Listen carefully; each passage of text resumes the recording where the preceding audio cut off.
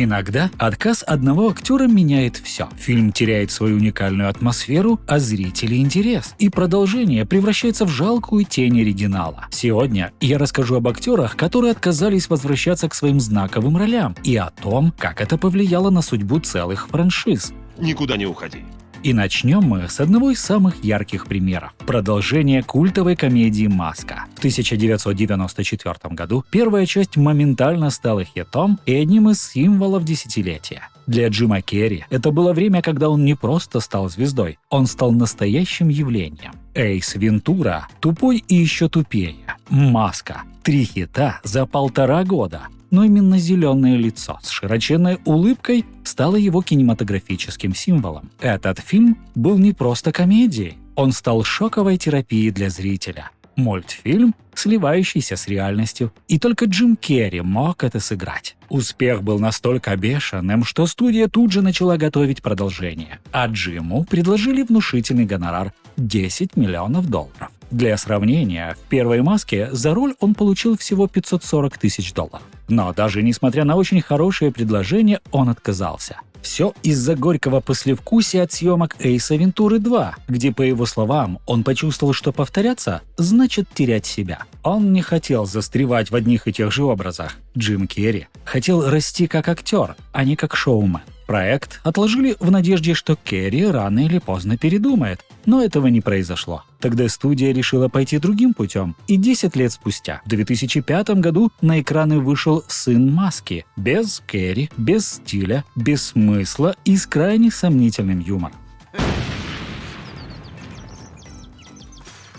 Только по названию можно было догадаться, что это сиквел. Создатели пошли на хитрый трюк. Пригласили на главную роль актера по имени Джейми Кеннеди. И, конечно, его имя оказалось крупно написанным на постерах. Джейми Кеннеди, Джим Керри. Звучит почти одинаково. Расчет был прост. Невнимательный зритель в спешке может и не заметить подмены. В итоге проект стал катастрофой. Зрители отвернулись от фильма и чувствовали себя обманутыми. Критики были беспощадны. В то время как «Сын Маски» тонул в забвении, Джим Керри снялся в культовом «Вечном сиянии чистого разума», в очередной раз подтвердив свой талант преображаться и глубоко проживать самые сложные человеческие эмоции. Мы все носим маски, образно говоря.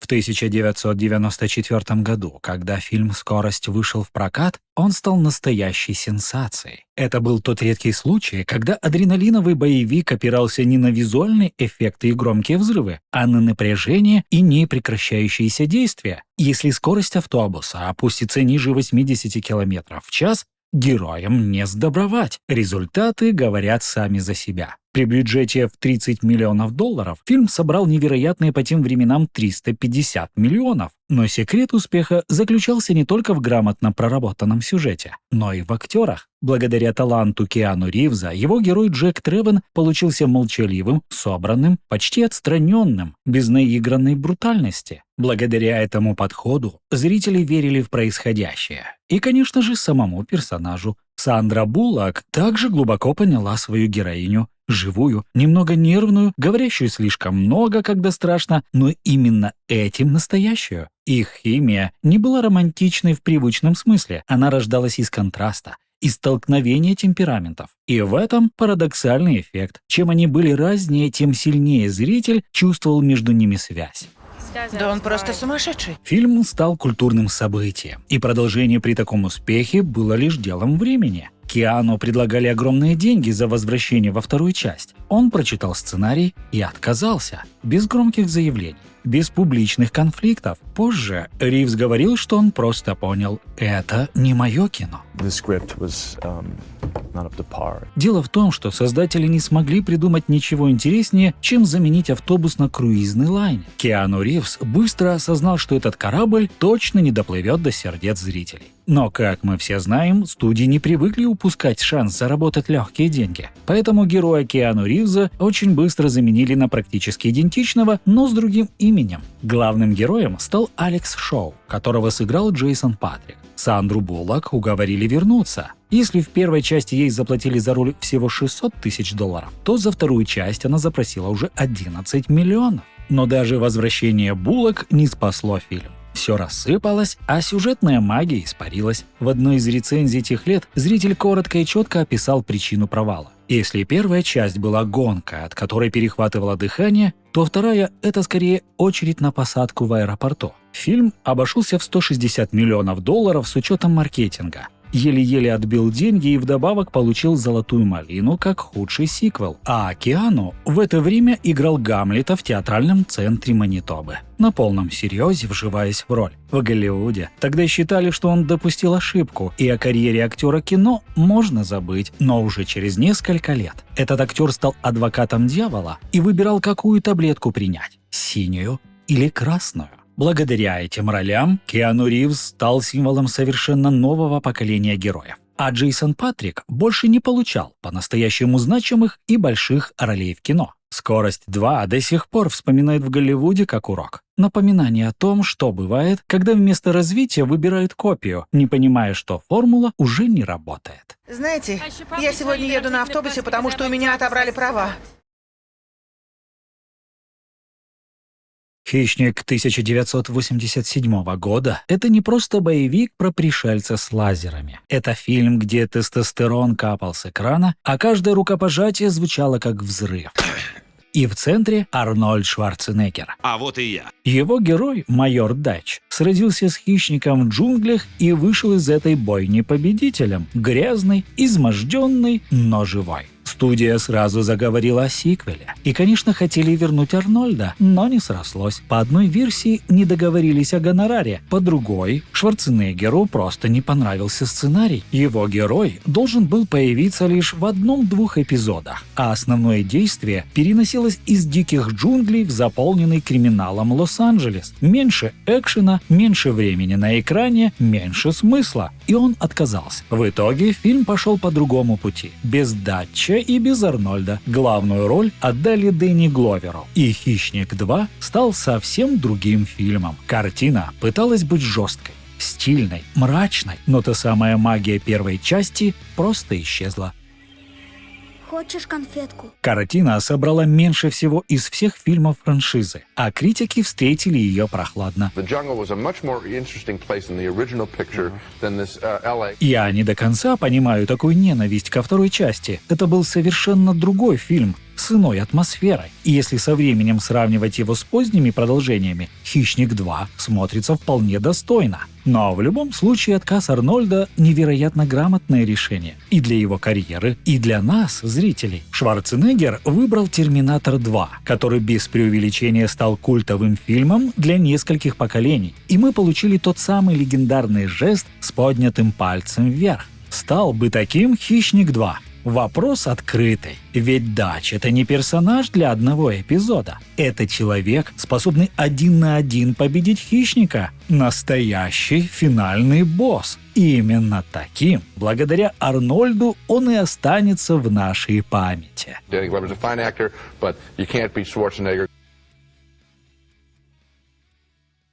Говоря об актерах, которые не вернулись к своим культовым ролям, сложно не вспомнить Уилла Смита и «День независимости». Когда фильм вышел в 1996 году, он наделал много шума. Это было не просто зрелищное кино про пришельцев. «День независимости» объединил разрушение и пафос в одну торжественную оду о выживании человечества. И зрители, затаив дыхание, следили за происходящим в темных залах кинотеатров. К слову, кинотеатры были забиты до отказа. При бюджете 75 миллионов фильм собрал 817. В центре сюжета капитан Стивен Хиллер, герой, которого запомнили все. В исполнении Смита он стал воплощением харизмы 90-х. Дерзкий, остроумный, с ухмылкой, которая могла бы спасти Землю без единого выстрела. Именно с этой роли началось превращение Уилла Смита из малоизвестного актера в мировую кинозвезду. Конечно, до этого Смит уже снялся в «Плохих парнях», которые тоже собрали невероятные деньги. Но именно после Дня независимости студии поняли, что этого парня можно звать в дорогие блокбастеры на главные роли.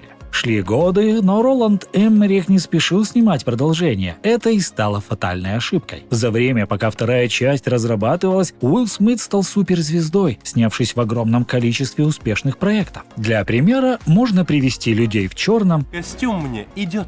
«Врага государства», «Я робот», «Я легенда», Хэнкока, а благодаря роли в «Погоне за счастьем» Смит и вовсе стал номинантом на «Оскар». К 2016 году он уже был актером другой весовой категории. Пытаться снова сыграть того же героя, что и 20 лет назад? Слишком мало риска. Слишком много повторов. Уилл отказался официально из-за занятости и гонорара. По слухам, он не хотел возвращаться ни за какие деньги. Ему просто было неинтересна эта роль. Продюсеры пошли ва-банк. Без Смита, без искры и оригинальной идеи. Только отголоски прошлого и ставка на ностальгию зрителя. Вернули часть актеров, старые декорации, знакомую музыку, но этого было мало. Зрителям не понравился сценарий, а критики не сдерживали себя в колких высказываниях. Даже Вивика Фокс, вернувшаяся в продолжение, после выхода фильма признала: «Мы потеряли слишком многое, когда не смогли вернуть Уилла». Джефф Голдблюм старался помалкивать, поскольку за возвращение получил целых 15 миллионов.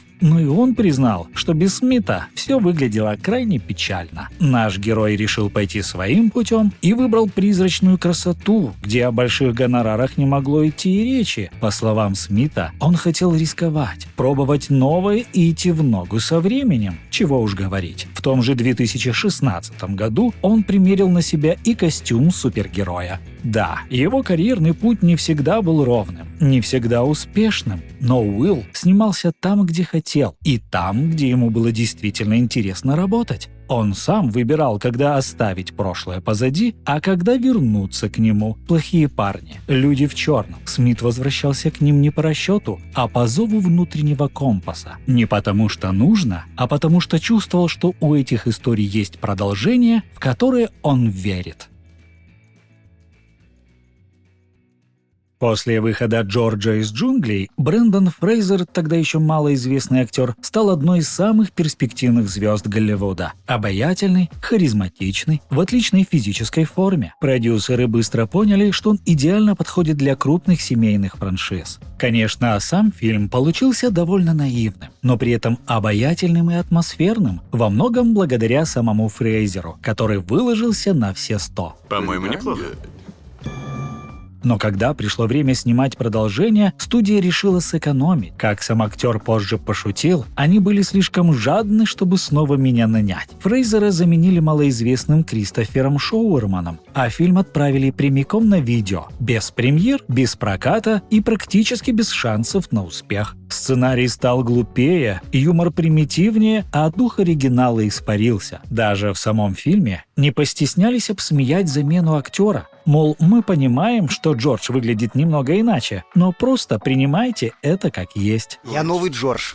Я обхожусь в студии дешевле, чем Брендан Фрейзер. Результат – полный провал, о котором почти никто не вспоминает. А Брендан двигался к «Мумии», где доказал, что может быть не только королем джунглей, но и самым обаятельным борцом с древними проклятиями. Прости, Бетти. Пока. Понятно, почему они выбрали его королем джунглей. Когда в 1995-м на экраны вышла комедия под названием «Пятница», она стала своего рода культурным феноменом. Фильм буквально сняли на коленке, всего за $3,5 миллиона.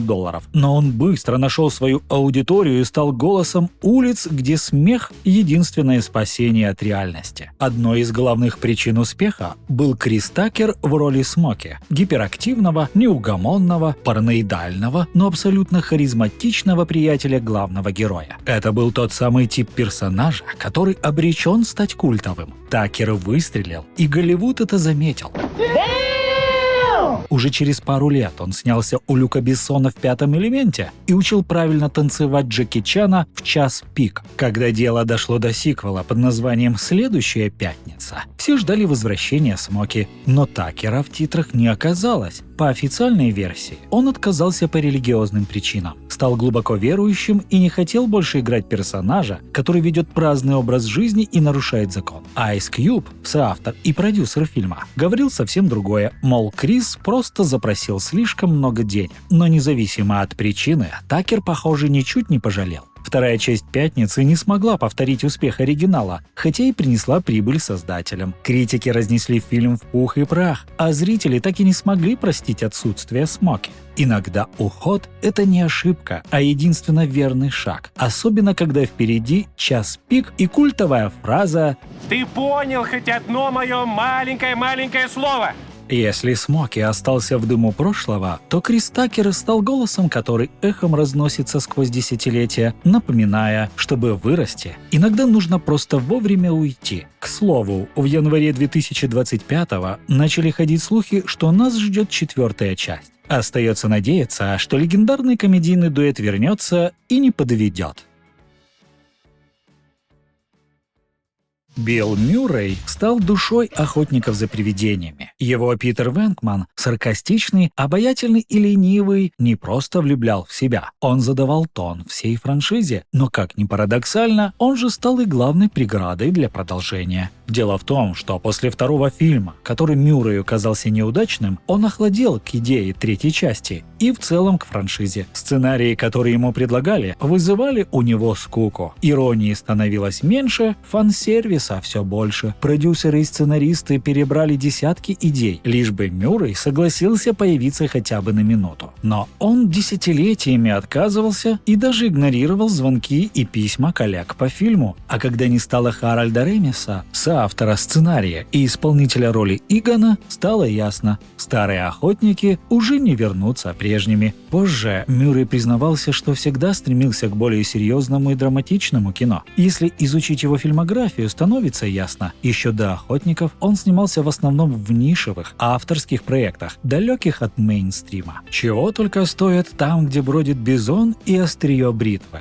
А после отказа от третьей части «Охотников» он сыграл в культовом «Дне сурка» и стал одним из любимых актеров Уэса Андерсона, который с тех пор приглашает его почти в каждый свой фильм. Это как раз тот редкий случай, когда актер выбрал не деньги и популярность, а действительно интересное для себя кино. Конечно, как мы все знаем, он появлялся в перезапусках, уже не как ведущий персонаж, а как живое напоминание о той магии, что была когда-то. Он стал той самой ниточкой, связывающей прошлое и настоящее, без которой никакая перезагрузка просто не работает. Качество новых фильмов вызывает вопросы, и кажется, любому зрителю понятно, что эти проекты запускались с одной целью – заработать на ностальгии. Билла можно понять. Он пожилой человек. И кто бы из нас на его месте не захотел под старость лет заработать легких денег, мелькнув в паре сцен, тем более свою главную роль он уже сыграл и сделал это так, что заменить его до сих пор невозможно. Иногда один актер становится не просто частью фильма, он становится его душой. Каждая роль — это уникальная история, которую стоит хранить с любовью и уважением, ведь бездумное повторение и подмены не способны вернуть ту искру, что и делает кино по-настоящему живым. Спасибо за просмотр. Удачи!